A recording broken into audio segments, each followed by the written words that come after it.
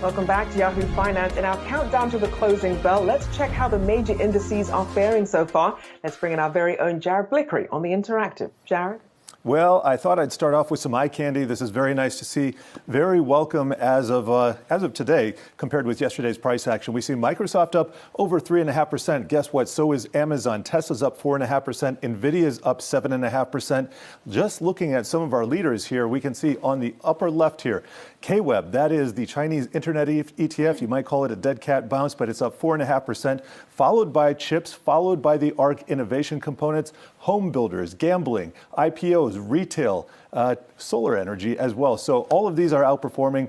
As I've said, we've seen this movie before, however, while we're seeing some nice gains today, and Hycroft Mining, interesting to see you again. While we're seeing some nice gains today, this movie has been seen before. In fact, we had a better day only 4 days ago. Nevertheless, we are looking at some gains potentially into the close today for the prior 2 days. Just checking out some of our other indicators here. Let's take a look at the VIX, finally trading under 30, first time in a while here. Also looking at the 5-year T-note yield. We didn't have a lot of bond action this day in particular, so I think that's why the markets are kind of in respite mode. Let's get back to our heat maps. I want to show you one more before we go, and this is the ARK innovation components.